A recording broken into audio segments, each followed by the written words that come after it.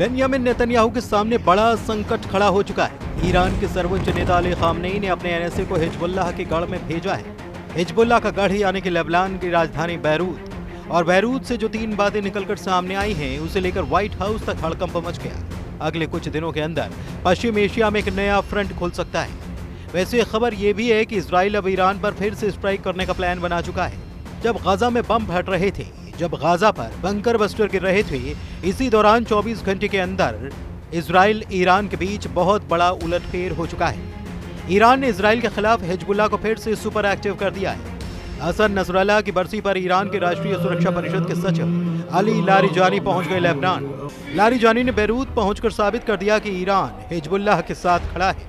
Hassan Nasrallah के बेटे Jawad Nasrallah यानी कि जूनियर नसरल्लाह ने भी कह दिया है कि हिजबुल्लाह हथियार नहीं डालेगा, यानी कि इजराइल को टक्कर मिलती रहेगी। यह है लेबनान की राजधानी बैरूत, जिसमें दक्षिण का ये इलाका हिजबुल्लाह का गढ़ कहा जाता है।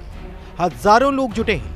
मौका हसन नसरल्लाह की बरसी का है। ये लोग उसी जगह इकट्ठा हुए जहां पर नसरल्लाह की कब्र है, और यहां लगे पोस्टर बता रहे हैं कि हिजबुल्लाह सुपर एक्टिव हो चुका है और उसको फिर से सक्रिय करने वाली ताकत ईरान है।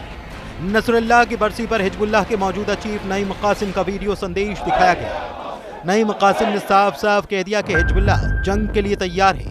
जहां पर नईम कासिम का भाषण चल रहा था, वहां आसपास लगाए गए पोस्टर्स में ईरान के सर्वोच्च नेता अली खामनेई की तस्वीर थी, और साथ में कई जगह हसन नसरल्लाह की तस्वीरें लगाई गई। ये वीडियो देखकर नेतन्याहू की फिक्र बढ़ जाएगी, क्योंकि नईम कासिम ने कह दिया है कि हिजबुल्लाह के लड़ाके हथियार नहीं डालेंगे। इस युद्ध में वो कुर्बानी देने से पीछे नहीं हटेंगे। नईम कासिम ने जो बात कही उसके पीछे ईरान से मिलने वाला इशारा भी है। हसन नसरल्लाह की बरसी पर ईरान के राष्ट्रीय सुरक्षा परिषद के सचिव अली लारिजानी का होना एक बहुत बड़ा मैसेज है। मैसेज ये कि हिजबुल्लाह खत्म नहीं हुआ, हिजबुल्लाह जिंदा है, हिजबुल्लाह लड़ता रहेगा, और ये तीनों बातें सबसे ज्यादा इजराइल को तनाव देंगी। ईरान इस बात की गारंटी दे रहा है। बैरूत में ड्रोन वीडियो बनाकर हिजबुल्लाह ने अपनी ताकत दिखाई है। अब से पहले हिजबुल्लाह को खत्म माना जा रहा था। हिजबुल्लाह पर हथियार डालने यानी कि सरेंडर का दबाव बनाया जा रहा था, लेकिन नसरल्लाह की बरसी पर हिजबुल्लाह ने बता दिया कि उसका युद्ध खत्म नहीं हुआ। हिजबुल्लाह को लेकर सबसे चौंकाने वाली खबर तो कुछ और है। एक तरह से इजराइल के खिलाफ एक नया चक्रव्यूह बनते हुए नजर आ रहा है। हिजबुल्लाह चीफ नईम कासिम ने कहा कि वो सऊदी अरब से बेहतर संबंध चाहते हैं। नईम कासिम यानी कि हिजबुल्लाह के सऊदी अरब से संबंध सामान्य होते हैं, तो इसमें इजराइल के खिलाफ एक बड़ा चक्रव्यूह बनते हुए देखा जा सकता है। ईरान में राष्ट्रीय सुरक्षा परिषद के सचिव अली लारिजानी ने भी कहा कि सऊदी अरब एक मित्र देश है और वो हिजबुल्लाह की सऊदी अरब से बातचीत की पेशकश का स्वागत करते हैं। अब सवाल यह है कि क्या इजराइल के खिलाफ ईरान, हिजबुल्लाह और सऊदी अरब एक प्लेटफॉर्म पर आ सकते हैं? 19 सितंबर को नईम कासिम ने सऊदी अरब के क्राउन प्रिंस मोहम्मद बिन सलमान को बड़ा मैसेज दिया था।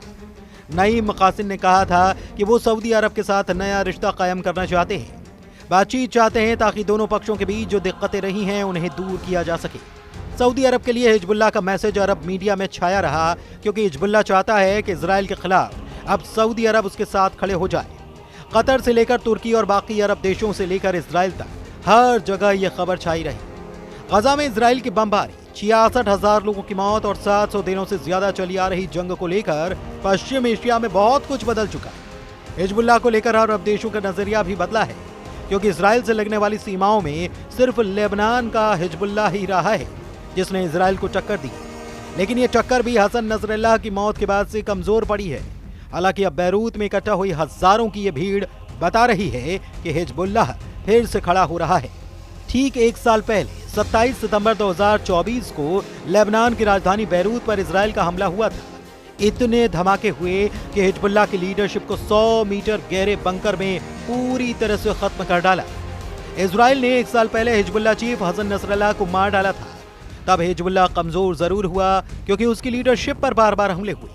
अब 27 सितंबर 2024 को याद करने के लिए बैरूत में हजारों लोग इकट्ठा हुए। पोस्टर्स में हिजबुल्लाह के उन तमाम कमांडर्स की तस्वीर है जिनको इजराइल ने लगातार हुए हमलों में खत्म कर दिया। इसमें कोई शक नहीं कि लेबनान में इजराइल का दायरा बढ़ा है। इजराइल की फौज लेबनान में भी घुसी, लेकिन फिर उसे वापस लौटना पड़ा। अब 24 घंटे के अंदर बेंयामिन नेतन्याहू को मिला है बड़ा चैलेंज।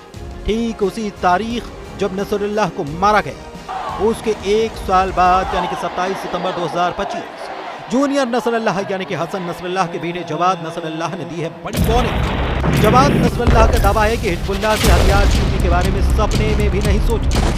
ईरान के सर्वोच्च नेता अली खामनेई भी कह चुके हैं कि हिजबुल्लाह की ताकत कोई नहीं मिटा सकता और उससे कोई हथियार नहीं छीन पाएगा। बैरूत में मनाई गई बरसी में जूनियर नसरल्लाह यानी कि जवाद नसरल्लाह को भी देखा गया। जवाद नसरल्लाह को बहुत उम्मीदों के साथ देखा जा रहा है। हिजबुल्लाह कैडर लेबनान में हिजबुल्लाह का शक्ति प्रदर्शन बता रहा है कि इजराइल को चौकन्ना रहना पड़ेगा। तो क्या जूनियर नसरल्लाह ने हसन नसरल्लाह के मिशन को पूरा करने की ठानी? जहां नसरल्लाह पर बंकर बस्तर बम बरसाकर उसे हमेशा के लिए खामोश कर दिया गया, वहां से हिजबुल्लाह की एक नई जंग का शोर सुनाई दे रहा है। क्या जूनियर नसरल्लाह का दावा बता रहा है कि फिर जिंदा हो चुका है हिजबुल्लाह?